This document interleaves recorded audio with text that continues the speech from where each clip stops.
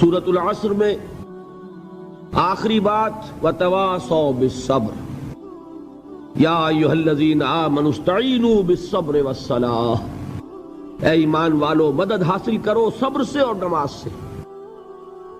ان اللہ مع الصابرین، اللہ تعالیٰ صبر کرنے والوں کے ساتھ ہے. اور پھر آگے چل کر وبشر الصابرین الذین اذا اصابتهم مصیبۃ قالوا انا للہ وانا الیہ راجعون. اے نبی بشارت دیجئے، خوشخبری دیجئے ان صبر کرنے والوں کو کہ جن پر جب بھی کوئی تکلیف یا مصیبت نازل ہوتی ہے تو کہتے ہیں کہ ہم اللہ ہی کے ہیں اور اللہ ہی کی طرف ہمیں لوٹ جانا ہے.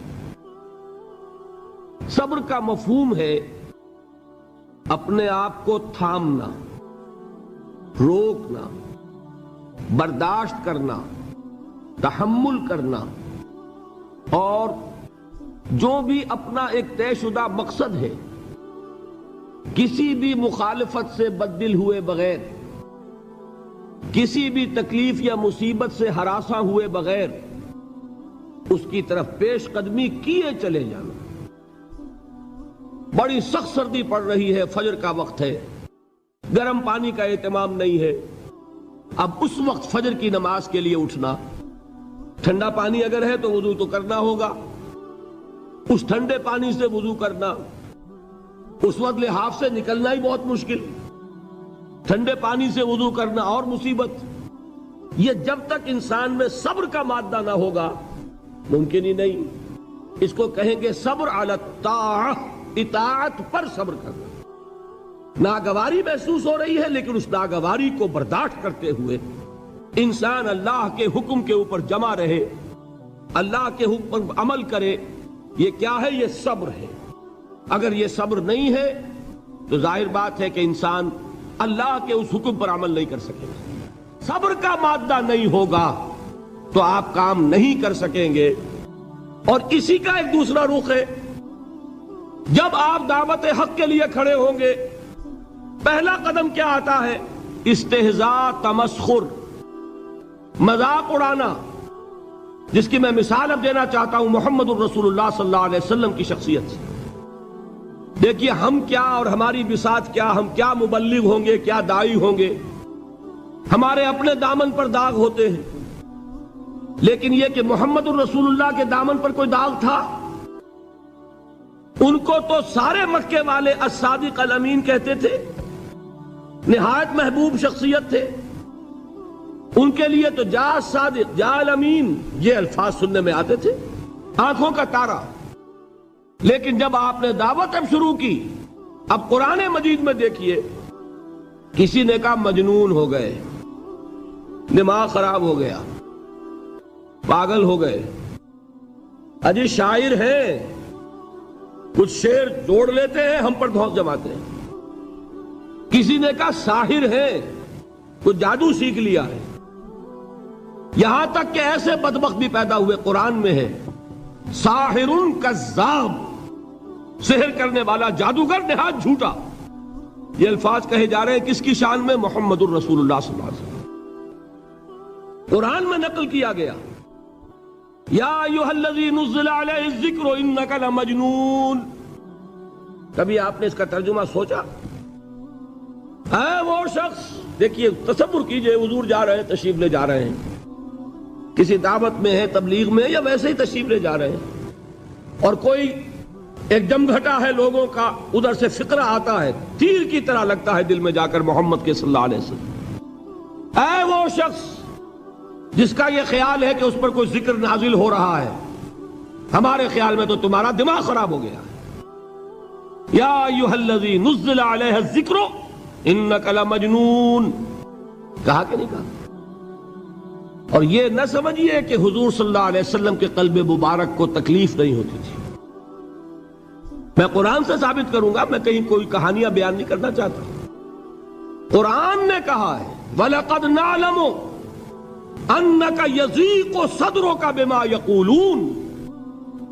اے نبی ہمیں خوب معلوم ہے صلی اللہ علیہ وسلم کہ جو کچھ یہ لوگ کہہ رہے ہیں اس سے آپ کا سینہ بھنجتا ہے. یہ جو گھٹن ہوتی ہے، صدمہ ہوتا ہے، انکا یضیق صدرک بما یقولون، ہمیں خوب معلوم ہے کہ جو کچھ یہ باتیں آپ کو سننی پڑ رہی ہیں، یہ کڑوی کسیلی باتیں، یہ جو فقرے چست ہو رہے ہیں، استہزاء ہو رہا ہے، تمسخر ہو رہا ہے۔ سورہ حجر میں ہے، ایک جگہ کھڑے ہوئے لوگ قرآن کا مذاق اڑا رہے ہیں، بھائی فلاں آیت تم لے جانا، فلاں آیت میری ہوگی، اس کے ٹکڑے کر رہے ہیں، اس کے ٹکڑے حصے بکھرے کر کے قیمہ بنا کر ان آیات کا تمسخر اڑا رہے ہیں۔ ایک جگہ قرآن مجیدی میں مذکور ہے کہ فرشتوں کا مذاق اڑ رہا ہے، بھائی یہ دیکھو محمد نے کہا ہے صلی اللہ علیہ وسلم کہ جہنم پر تو کل 19 فرشتے ہیں، علیہا 19 قرآن میں آیت نازل ہوئی۔ ایک پہلوان کہتا بھائی 10 کو تو میں سنبھال لوں گا، باقی 9 کا تم انتظار کر لو۔ یہ باتیں آ رہی ہیں حضور کے کانوں میں، کلام الہی کے ساتھ کیا سلوک ہو رہا ہے، مجھ پر کیا فقرے چست کیے جا رہے ہیں، مجھ پر جس طریقے سے استہزاء اور تمسخر کا رویہ اختیار کیا گیا ہے، دل بھچ رہا ہے، دل میں صدمہ ہے۔ دیکھیے سورہ نون ہے، اور میرے نزدیک یہ دوسری وحی ہے جو حضور پر نازل ہوئی ہے، اس کی ابتدائی آیات، نون والقلم وما یسطرون ما انت بنعمت ربک بمجنون وان لک لاجرا غیر ممنون وانک لعلی خلق عظیم فستبصر ویبصرون بأیکم المفتون ان ربک هو یعلم بمن ضل عن سبیلہ وهو اعلم بالمہتدین۔ نون، قسم ہے قلم کی اور جو کچھ یہ لکھتے ہیں۔ اے نبی آپ اپنے رب کی نعمت سے مجنون نہیں ہیں۔ یہ کیوں کہا جا رہا ہے؟ حضور کو جو صدمہ پہنچا ہے وہی نازل ہوئی ہے دل جوئی کے لیے، تسلی کے لیے۔ آپ کیوں برا منا رہے ہیں؟ اے نبی آپ کیوں صدمہ اور رنج اور اندوہ محسوس کر رہے ہیں؟ ان بدبختوں کے کہنے سے کوئی آپ مجنون ہو جائیں گے؟ مانتا بے نعمت رب کا بھی مجنون وَإِنَّ لَكَ لَأَجْرًا غَيْرَ مَمْنُونَ، آپ کو جو یہ صبر کرنا پڑ رہا ہے، آپ کو جو یہ جھیلنا پڑ رہا ہے، اس کی وجہ سے آپ کو وہ اجر ملے گا جس کا سلسلہ کبھی منقطع نہیں ہوگا۔ وَإِنَّكَ لَعَلَىٰ خُلُقٍ عَظِيمٍ، اور اے نبی آپ تو خلق عظیم کے حامل ہیں۔ آپ کا اخلاق، آپ کا کردار، آپ کی سیرت، آپ کی شخصیت میں طہارت، نفاست، پاکیزگی، آج تک دنیا نے کوئی پاگل، کوئی مجنون ایسا بھی دیکھا؟ یہ ساری باتیں اللہ تعالیٰ حضور کی دلجوئی کے لیے فرما رہے ہیں۔ اس سے آپ اندازہ کیجئے کہ کتنا صدمہ ہوتا ہوگا۔ یہی ہے، اس ساری چیز کو جمع کیجئے تو یہ چیز کیا ہے؟ وَاصْبِرْ عَلَىٰ مَا يَقُولُونَ وَاهْجُرْهُمْ هَجْرًا جَمِيلًا، صبر کرو اے نبی، صبر کرو اے محمد صلی اللہ علیہ وسلم، جھیلو اور برداشت کرو اس پر جو یہ کہہ رہے ہیں۔ یریدون لیطفئوا نور اللہ بافواہہم، یہ چاہتے ہیں کہ اللہ کے نور کو اپنے منہ سے بجھا دیں، پھونکے مار کے ہی بس۔ نور خدا ہے کفر کی حرکت پہ خندہ زن، پھونکوں سے یہ چراغ بجھایا نہ جائے گا۔ یریدون لیطفئوا نور اللہ بافواہہم واللہ متم نورہ ولو کرہ الکافرون، یہ چاہتے ہیں کہ اپنے منہ کی پھونکوں سے اللہ کے نور کو بجھا دیں، حالانکہ اللہ تعالیٰ تو اپنے نور کا اتمام فرما کر رہے گا، خواہ ان کافروں کو کتنا ہی ناگوار ہو۔ اس کی ترجمانی ہے نور خدا ہے کفر کی حرکت پہ خندہ زن، پھونکوں سے یہ چراغ بجھایا نہ جائے گا۔ یہی وجہ ہے، دیکھیے مکی صورتوں میں خود نبی اکرم صلی اللہ علیہ وسلم کو اتنے مختلف پیرایوں میں صبر کا حکم دیا گیا۔ کچھ مثالیں میں دے چکا ہوں، وَلِرَبِّكَ فَاصْبِرْ، اسی طریقے سے وَاصْبِرْ كَمَا صَبَرَ أُولُو الْعَزْمِ مِنَ الرُّسُلِ، اے نبی صبر کیجئے جیسے کہ صبر کیا ہمارے اولو العزم رسولوں نے۔ وَاصْبِرْ وَمَا صَبْرُكَ إِلَّا بِاللَّهِ، اے نبی صبر کیجئے اور آپ کا صبر تو اللہ ہی کے سہارے ہے۔ وَاصْبِرْ لِحُکْمِ رَبِّكَ، یہ سورہ نون جس کی ابتدائی آیات میں نے آپ کو سنائی، نون والقلم وما یسطرون ما انت بنعمت ربک بمجنون، اس کا اختتام کیا ہوتا ہے؟ وَاصْبِرْ لِحُکْمِ رَبِّكَ وَلَا تَكُنْ كَصَاحِبِ الْحُوتِ إِذْ نَادَىٰ وَهُوَ مَكْظُومٌ، اے نبی صبر کیجئے اپنے رب کے فیصلے کا، انتظار کیجئے اور اس مچھلی والے کے مانند نہ ہو جائیے۔ مچھلی والا کون؟ حضرت یونس علیہ السلام۔ مچھلی والے نے اپنے دینی حمیت اور غیرت جو تھی اس کی وجہ سے اللہ کے حکم کا انتظار نہیں کیا، اپنی قوم کو چھوڑ کر چل دیے۔ نبی کا، رسول کا یہ معاملہ ہوتا ہے، جیسے کہ آپ کو معلوم ہے کوئی افسر ہے کسی حکومت کا، وہ اپنی پلیس آف ڈیوٹی کو نہیں چھوڑ سکتا، he must stick to his place of duty. بڑے افسرز کے لیے تو یہ بہت بہت اہم بات ہے۔ تو اے رسول، جہاں آپ کو ہم نے تعینات کیا ہے آپ وہاں سے ہل نہیں سکتے کہ ذرا مخالفت ہوئی، لوگوں نے فقرے چست کیے اور آپ کہیں اور چل دیے، دفع ہوئیے، یہ بات نہیں سننا چاہتے میں کسی اور کو سناؤں گا، ہو سکتا ہے نا؟ ہم تو کرتے ہیں نا یہ، اس لیے کہ ہمیں تو اللہ نے کہیں تعینات تو نہیں کیا نا۔ اگر ایک جگہ کے لوگ بات نہیں سنتے، چلو بھائی ہم کہیں اور جائیں گے، وہاں بات سنائیں گے۔ لیکن رسول کا معاملہ ہوتا ہے جو اس کی پلیس آف اپوائنٹمنٹ ہے، he can not leave his place without the express permission of اللہ سبحانہ و تعالی۔ آپ نے یہ سنا ہوگا، سیرت کی تقاریر میں پڑھا ہوگا کہ مدینے کی طرف ہجرت کی اجازت حضور نے تمام صحابہ کو دے دی، خود منتظر رہے جب تک کہ اللہ کی طرف سے اجازت نہیں آ گئی۔ حضرت ابوبکر پوچھتے رہتے تھے حضور اجازت آ گئی کہ نہیں؟ نہیں ابھی نہیں آئی۔ حضور اذن آ گیا؟ نہیں آیا، ابھی نہیں آیا۔ حبشہ کی طرف سب کو بھیج دیا، اجازت دے دی جو جانا چاہے چلا جائے۔ حضور کی صاحبزادی جو حضرت عثمان کے نکاح میں تھی وہ بھی ہجرت کر رہی ہے، لیکن حضور تو نہیں گئے۔ رسول نہیں چھوڑ سکتا اپنی جگہ کو، یہاں تک کہ تمام تقریباً صحابہ چلے گئے، حضور رہ گئے، حضرت ابوبکر رہ گئے، حضرت علی رہ گئے، اور حضرت ابوبکر پوچھ رہے ہیں بار بار اجازت آئی یا نہیں؟ نہیں ابھی نہیں آئی۔ حضرت عائشہ نے واقعہ بیان کیا کہ ایک روز اچانک دوپہر کے وقت ہم نے دیکھا کہ حضور نے اپنے پورے جسم کو ڈھانپا ہوا ہے، چہرے کو بھی کپڑے میں ڈھانکا ہوا ہے اور تشریف لا رہے ہیں۔ یہ اس میں تعجب کی بات یہ کہ عرب میں آج بھی آپ کو معلوم ہے کہ یہ چیز جو ہے ان کی روایات کے خلاف ہے کہ دوپہر کے وقت کوئی کسی سے ملنے جائے۔ یہ وقت جو ہے قیلولے کا ہے، آرام کا ہے۔ تو این ٹھیک دوپہر کے وقت تشریف لائے حضور، آپ نے آ کے حضرت ابوبکر سے فرمایا کہ اجازت آ گئی ہے۔ حضرت ابوبکر نے بہت خوش ہو کر ایک بات کہی، حضور میں نے 2 اونٹنیاں تیار کی ہوئی ہیں۔ یعنی اب آپ وہ تو سوچتے تھے نا شاباش ملے گی کہ میں نے تیاری کی ہوئی ہے، میں نے 2 اونٹنیوں کو خوب کھلا پلا کے فربا کیا ہوا ہے، بڑی توانا ہے تاکہ ہم تیزی کے ساتھ سفر کر سکیں۔ حضور نے توقف کیا، فرمایا ہاں ٹھیک ہے، 1 اونٹنی میں استعمال کروں گا لیکن میں اس کی قیمت ادا کروں گا۔ حضرت ابوبکر کی آنکھوں میں آنسو آ گئے، روتے ہوئے کہا حضور مجھ سے یہ مغایرت، کیا یہ جان اور مال کسی اور کے لیے ہے؟ آپ مجھ سے بھی کہہ رہے ہیں میری اونٹنی جو ہے وہ بھی بلا معاوضہ آپ قبول نہیں فرما رہے۔ یہ ہے محمد الرسول اللہ کی غیرت اور حمیت کا معاملہ۔ اب دیکھیے ایک بات عجیب ہے، یہ ربط اپنے ذہن میں رکھیے، اللہ تو صبر کی تلقین کر رہا ہے اپنے رسول کو، اور رسول یہی تلقین کر رہے ہیں اپنے صحابہ کو، صبر کرو، جھیلو، برداشت کرو، ہاتھ مت اٹھانا، کوئی جوابی کارروائی نہیں ہوگی، بلکہ اپنے اوپر جھیلو جو کچھ جھیلنا ہے، ڈٹے رہو، پیچھے مت ہٹنا، یہ صبر ہے، لیکن ہاتھ اٹھانے کی اجازت نہیں۔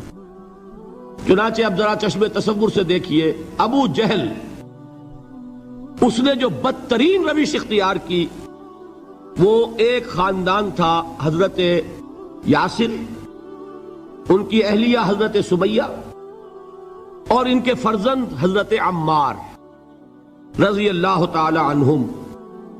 یہ غلام نہیں تھے، حضرت سمیہ تو کنیز تھیں لیکن یاسر غلام نہیں تھے۔ ان کی کہانی یہ ہے، واقعہ یہ ہے کہ یہ بہت نیک آدمی تھے یاسر، یمن کے باشندے۔ انہیں کو خواب میں بشارت ہوئی کہ نبی کا ظہور ہونے والا ہے مکے میں، جاؤ شاید ان کے قدموں تک پہنچ جاؤ۔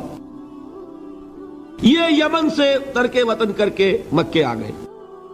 ابو جہل کا ایک چچا تھا، بہت شریف النفس انسان، اس کے ساتھ معاہدہ کیا حلیف بن کر، اور وہ مکے میں رہنے لگے۔ اس لیے کہ یہ نوٹ کر لیجئے، مکہ اس وقت ایک قبیلے کا شہر تھا، صرف قریش۔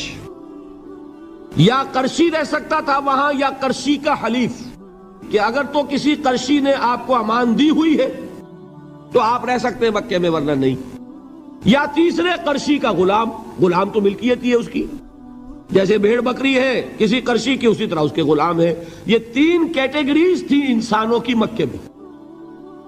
اسی کو نوٹ کیجئے کہ جو بیچارے غلام تھے وہ سب سے زیادہ ستائے گئے، اس لیے کہ غلاموں کے تو حقوق ہی کوئی نہیں تھے۔ بلال غلام تھے، ابو فقی غلام تھے، زنیرہ ایک کنیز تھی، ان کو جو ماریں پڑی ہیں اس کا آپ کو معلوم ہے۔ حضرت بلال کے ساتھ جو کچھ امیہ ابن خلف نے کیا، کہ جس طریقے سے کہ حیوانوں کی لاشیں جو ہے کھینچ کر گھسیٹ کر لے جائی جاتی ہیں، ان کی گردن میں رسی ڈال کر گھسیٹتے، اسی طریقے سے حضرت بلال کے گردن میں رسی ڈال کر ٹھیک دوپہر کے وقت مکے کی سنگلاخ گلیوں کے اندر گھسیٹا جاتا تھا۔ نیچے زمین جل رہی ہے توے کی طرح، اور ویسا بھی ہوتا تھا کہ چت لٹا دیا، اوپر سے وہ آگ مکے کا کہ سورج جو ہے ذرا نوٹ کیجئے، آگ برسا رہا، نیچے زمین توے کی طرح جل رہی ہے، اور ایک بھاری سل بھی لا کر جو ہے سر پر رکھ دی، چھاتی پر رکھ دی گئی ہے کہ آواز نہیں نکل رہی، جھاگ نکل رہے منہ سے، لیکن اس حال میں بھی احد احد احد، ایک ایک اللہ، قل هو اللہ احد، الفاظ نکل رہے۔ یہ ہے وہ صبر، صبر علی الابتلاء، صبر علی الایذاء۔ یہ ابتلاء اور ایذاء پر صبر ہے، جھیلو برداشت کرو، اس توحید پر قائم رہو، محمد کی رسالت کے اقرار کرتے رہو صلی اللہ علیہ وسلم، لیکن ہاتھ نہیں اٹھانا۔ اب میں آپ کو بتا رہا تھا یہ تو غلام تھے، یہ جو تھے یاسر، یہ حلیف تھے، غلام تو نہیں تھے نا۔ البتہ وہ ابو جہل کے چچا کی کنیز تھی یہ سمیہ، انہوں نے اجازت لے کر ان سے نکاح کر لیا، یہ تو کنیز رہیں گی۔ بیٹا جو ہوا وہ بھی ایک طرح سے جب کنیز زیادہ ہے تو غلام ہو گیا، عمار ابن یاسر۔ وہ جو شخص تھا بہت شریف النفس ابو جہل کا چچا، وہ مر گیا، اب ابو جہل جو ہے اس خاندان کا سربراہ ہے، لہذا یہ تینوں جو افراد ہیں وہ اس کے رحم و کرم پر ہیں۔ یاسر کو بھی پروٹیکشن اگر ہے تو ابو جہل کی ہے، ابو جہل جو چاہے کرے، اور سمیہ تو کنیز ہے ہی، اس کا تو کوئی حق ہے ہی نہیں، جو چاہے کرے، اور عمار ان دونوں کا بیٹا ہے، لہذا بدترین معاملہ کیا ابو جہل نے ان تین افراد کے ساتھ۔ حضرت سمیہ کے ساتھ جو کچھ کیا گیا ہے آپ اس کا تصور نہیں کر سکتے۔ بالآخر جو شہید کیا ہے حضرت سمیہ کو، ایذائیں دے دے کے، سسکا سسکا کے، ان کے جسم کے نازک حصوں کو جلا کے، داغ دے کر، کہتا کیا تھا، ایک دفعہ کہہ دو کہ میرا جو یہ بت ہے یہ بھی الہ ہے، مان لو میں چھوڑ دوں گا۔ تنگ آ گیا، کسی طریقے سے ایک دفعہ کہہ دو پھر میں چھوڑ دوں گا۔ لیکن یہ میاں بیوی حضرت یاسر اور حضرت سمیہ رضی اللہ تعالی عنہما، یہ ہے ثبات، یہ ہے صبر، یہ ہے استقلال، ایک مرتبہ بھی کہنے کے لیے تیار نہیں ہوئے، جو چاہو کر لو، اب ہم تو اس سے پیچھے نہیں ہٹیں گے۔ تنگ آ کر اس نے حضرت سمیہ کی تو شرمگاہ میں برچھا مارا ہے اور شہید کیا۔ حضرت یاسر کے بارے میں ایک روایت یہ ہے، ستا ستا کے، تنگ کر کر کے، آخر کار جو ختم کیا، انہیں شہید کیا کس طرح، 4 سانڈ اونٹ جوان، ان سے رسے باندھے، ایک رسے سے ایک بازو باندھا، دوسرے سے دوسرا بازو باندھا، تیسرے سے ایک ٹانگ باندھی، چوتھے سے دوسری ٹانگ باندھی، اور چاروں کو دوڑایا ہے کہ جسم کے پرخچے اڑ گئے۔ اس وقت سامنے سے حضور گزرتے تھے جبکہ آل یاسر کے ساتھ یہ معاملہ ہو رہا ہے، کیا فرماتے تھے، اسبروا یا آل یاسر فإن موعدکم الجنہ، اے یاسر کے گھر والوں صبر کرو، جھیلو، اس لیے کہ تمہارے وعدے کی جگہ جنت ہے۔ اللہ تعالیٰ ادھر آنکھ بند ہوگی، ادھر جنت میں تمہارا داخلہ ہو جائے گا۔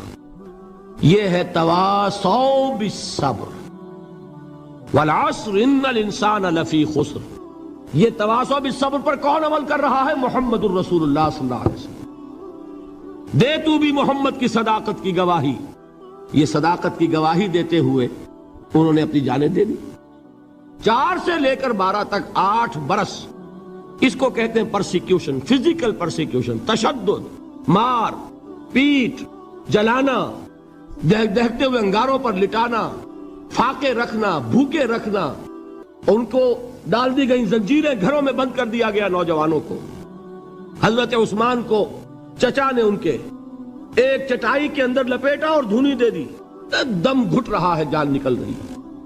حضرت مصعب بن عمیر رضی اللہ تعالی عنہ، وہ نوجوان 200 درہم کا جوڑا ان کا سل کر آتا تھا شام سے تیار ہو کر، لباس معطر ہوتا تھا، جدھر سے نکل گیا پوری گلی جو ہے وہ معطر ہو گئی، انگلیاں اٹھ رہی ہیں، وہ جا رہا ہے مصعب، یہ خوشبو اس کی ہے۔ اس مصعب کے ساتھ کیا سلوک کیا؟ باپ تو مر چکا تھا، ماں نے پالا تھا، دولت بہت چھوڑ کر گیا تھا باپ، لہذا ماں نے بڑے ناز و نام میں پالا، بڑے لاڈ پیار میں، 200 درہم کا جوڑا تیار ہو رہا ہے۔ لیکن یہ کہ آپ کو معلوم ہے عرب کے اس معاشرے میں عورت کی کوئی حیثیت نہیں تھی، ماں کا اختیار نہیں تھا، چچا تھا اب سربراہ خاندان کا۔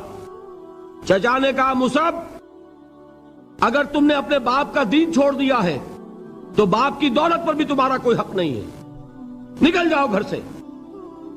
اس نے یہ سوچا تھا کہ مصعب کے ہوش ٹھکانے آ جائیں گے، دن میں تارے نظر آ جائیں گے، ناز و نام میں پلا ہوا، گھر سے نکل کے جائے گا کہاں؟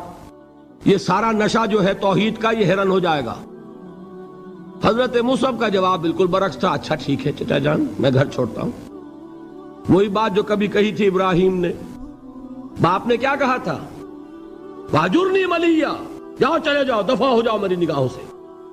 حضرت ابراہیم نے کیا جواب دیا تھا؟ سلام علیک ساستغفر لک ربی انہ کان بی حفیہ۔ اچھا ابا جان آپ کا حکم یہی ہے تو میں چلتا ہوں، آپ پر سلامتی ہو، میرا رب مجھ پر بڑا مہربان ہے، میں اس سے آپ کے لیے استغفار کروں گا۔ جلدی یہی جو ہے حضرت ابراہیمی کی نسل ہے نا قریش۔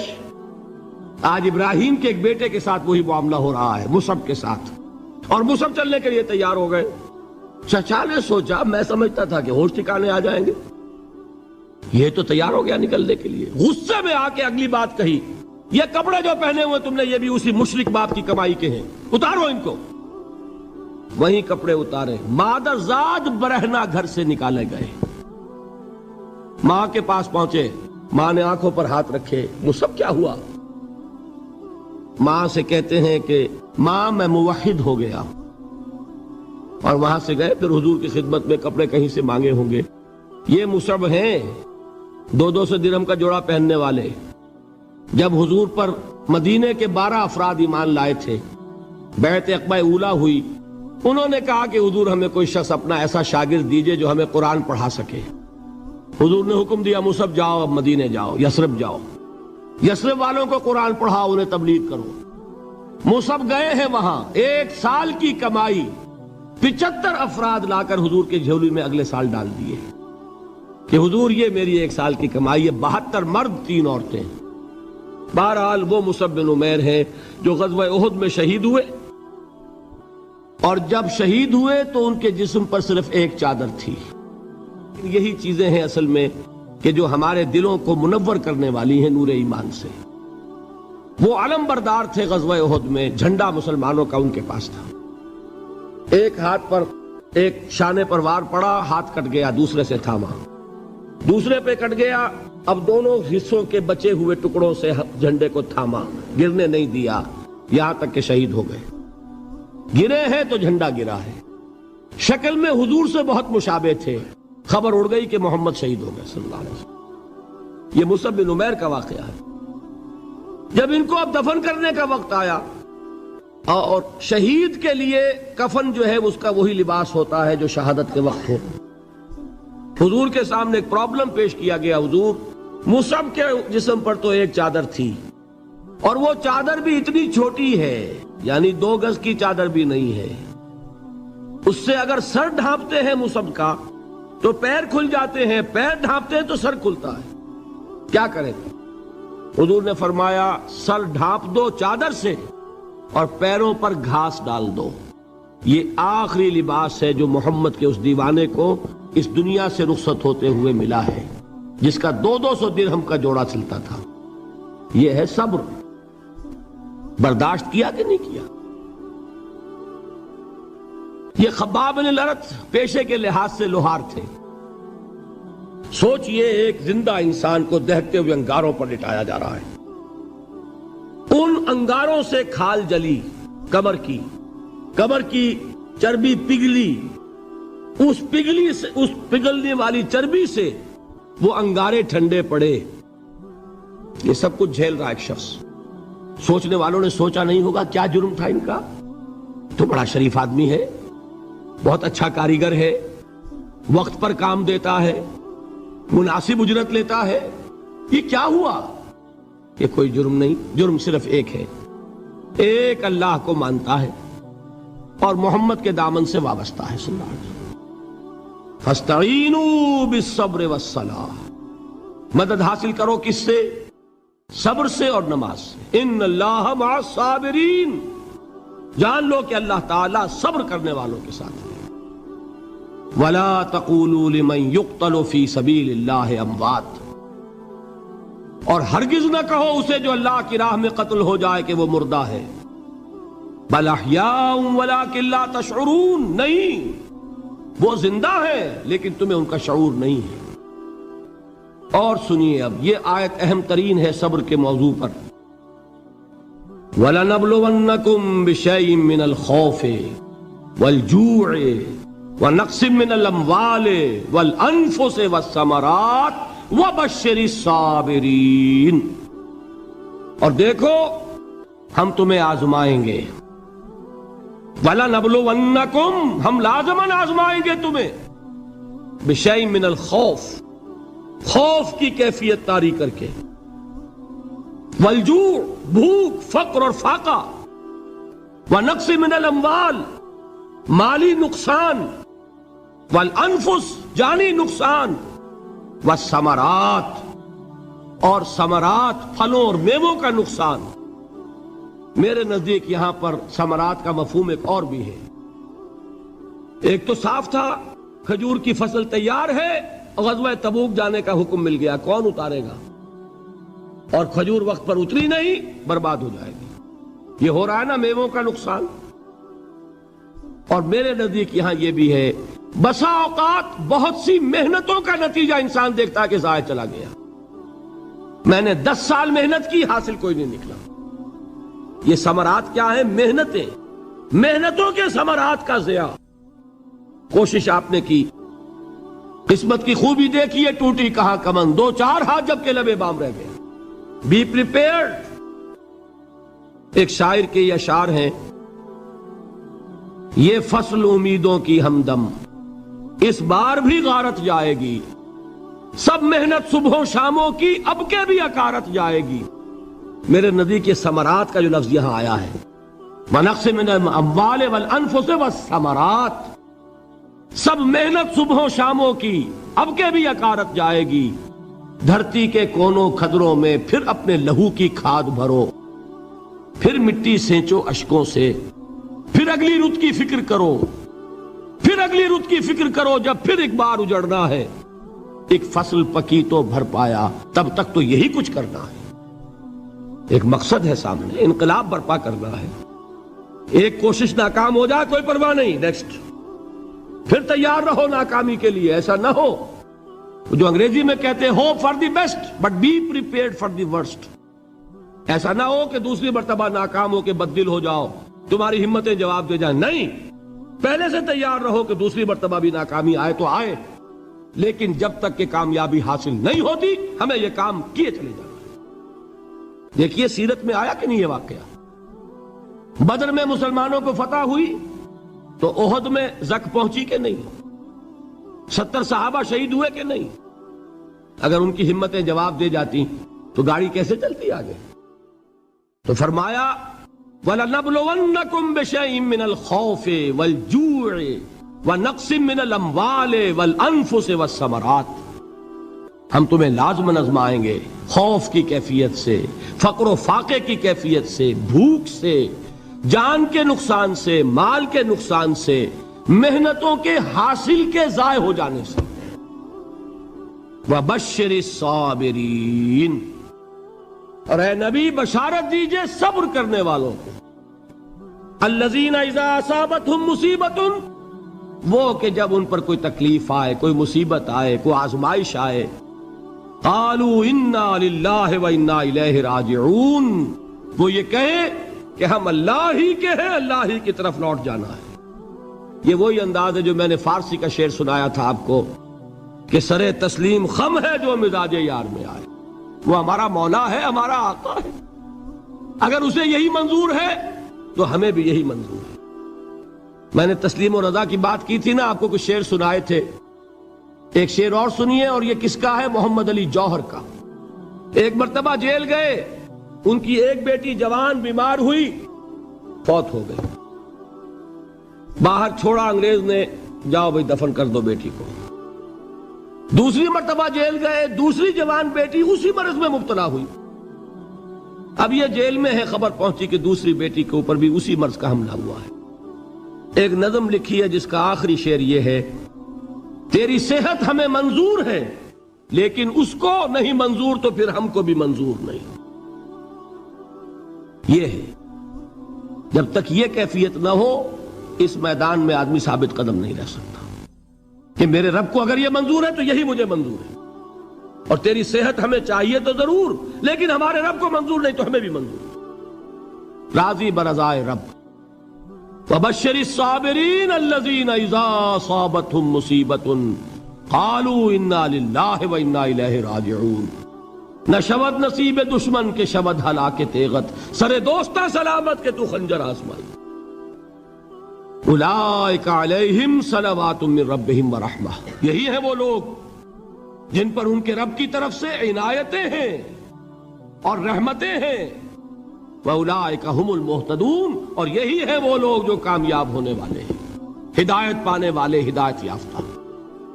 وَالصَّابِرِينَ فِي الْبَأْسَاءِ وَالضَّرَّاءِ وَحِينَ الْبَأْسِ، اور صبر کرنے والے، اصل نیکی ان کی ہے، جسمانی تکلیفوں میں صبر کرنے والے، فقر اور فاقے میں صبر کرنے والے، اور جنگ کے وقت صبر کرنے والے۔ اولئک الذین صدقوا واولئک هم المتقون، یہ ہیں وہ لوگ جو صبر کرنے والے ہیں، یہ ہیں جو سچے ہیں، جو اپنے دعوے میں نیکی کے اور ایمان کے صادق ہیں، اور یہی وہ لوگ ہیں جو متقی۔ اللہ تعالیٰ نے کیسے کیسے مسلمانوں سے کہا، مسلمانوں تمہیں زک پہنچی ہے تو انہیں بھی تو پہنچی تھی، ان کے 70 نہیں مارے گئے تھے بدر میں، ان کے حوصلے جو ہیں وہ تو پست نہیں ہوئے، وہ اگلے سال آ گئے تم پر چڑھائی کر کے۔ تم کیوں اتنا برا مان رہے ہو؟ تمہارے دل اتنے زخمی کیوں ہو گئے؟ تمہیں تکلیف پہنچتی ہے تو انہیں بھی پہنچتی ہے۔ اپنی غیرت جو ہے ہمیں ذرا اس کا جائزہ لینا چاہیے۔ لوگ باطل نظریات کے لیے کتنی قربانیاں دے رہے ہیں، لوگ باطل چیزوں کے فروغ کے لیے کتنی محنتیں کر رہے ہیں۔ جیسا کہ میں نے ابھی کہا تھا، اسی غیرت کو چیلنج کرنے کے لیے، ذرا آپ کی حمیت دینی کو جوش دلانے کے لیے، قادیانی نوجوان کتنی تعداد میں اپنے آپ کو دین کے لیے وقف کرتا ہے، اور آپ کتنے نوجوان ہیں جو اپنے آپ کو دین کے لیے وقف کر دیں، اور ہوں وہ کھاتے پیتے گھرانوں کے لوگ۔ یہ نہیں ہے کہ اگر کوئی اور کام نہیں کر سکتا تو پھر یہ ہے کہ وہ دین کے کام میں لگ جائے۔ باصلاحیت لوگ، کھاتے پیتے لوگ، ذہنی استعداد رکھنے والے لوگ، اونچے گھرانوں کے لوگ، وہ وقت کریں اپنے آپ کو دین کے لیے۔ اس کے بغیر کیسے باہر آ جائے گی، کیسے رونق آ جائے گی؟ تو دنیا میں باطل نظریات والے جو ہیں، یہ بات کہی گئی ہے، مسلمانوں تم اگر توحید کے لیے لڑ رہے ہو، دیکھتے نہیں ابو جہل کو، اس نے گردن کٹوائی ہے شرک کے لیے، شرک کے لیے گردن کٹوائے، اور تم توحید کے لیے گردن کٹوانے کو تیار نہ ہو۔ اس نے گردن کٹوائی کہ نہیں کٹوائی؟ اور کس طرح کٹوائی ہے؟ کیونکہ بڑا متکبر قسم کا، فرعون قسم کا شخص تھا، جب گردن کاٹنے لگے تو کہتا ہے ذرا نیچے سے کاٹنا، تاکہ جب تم نیزے کے اوپر چڑھاؤ میرے سر کو تو اونچا نظر آئے، معلوم ہو سردار کا سر ہے۔ وہ بدبخت مرتے ہوئے بھی جو اس کی کیفیت تھی نا، اس کو ذہن میں رکھیے۔ تو یہ لوگوں نے قربانیاں دی، جانیں دی. تو فرمایا اگر تم ان سے زیادہ قربانی نہیں دو گے، یہ نوٹ کر لیجئے اس کو، مجرد اگر حق کو غالب کرنا اللہ کے ذمے ہو تو آنے واحد میں غالب کر دے گا، تمہیں تکلیف ہی دینے کی ضرورت نہیں. سمجھ رہے؟ کیا اللہ کے مقابلے میں کوئی باطل کی طاقت ٹھہر سکتی ہے؟ یہ تمہارے ایمان کا امتحان ہے، یہ تمہارے خلوص کی آزمائش ہے، یہ تمہارے امتحان کا ثبوت درکار ہے کہ اللہ تعالیٰ دیکھنا چاہتا ہے تم اس کے لیے اپنی جانیں قربان کرنے کو تیار ہو کہ نہیں، تم اس کے لیے تن من دھن لگانے کو تیار ہو کہ نہیں. اور یہ جان لو کہ اگر کفار اور مشرکین اور ملحدین اور باطل نظریات والے وہ جو کچھ قربانیاں اپنے باطل نظریات کے لیے دے رہے ہیں ان سے زیادہ اگر تم نہیں دو گے تو حق غالب نہیں ہوگا. انہوں نے جو صبر کیا ہے اپنے باطل نظریات پر، اگر تم اس سے زیادہ صبر کا ثبوت نہیں دو گے اپنے اس حق پر تو حق غالب نہیں ہوگا. اس لیے فرمایا یا ایھا الذین آمنوا اصبروا وصابروا، نہ صرف یہ کہ صبر کرو بلکہ صبر میں اپنے دشمنوں سے آگے نکلو، ان کے صبر سے بڑھ کر صبر کرو. وَرَابِطُوا، مرابطہ کہتے ہیں چوکس رہنا، ہوشیار، پہرا دو، ایسا نہ ہو کہ دشمن جو ہے غفلت میں تمہارے اوپر کوئی حملہ جو ہے کر بیٹھے. وَاتَّقُوا اللَّهَ، اور اللہ کا تقوی اختیار کرو، لعلکم تفلحون، تاکہ تم فلاح پاؤ. یہ ہے حضرات تواصوا بالصبر.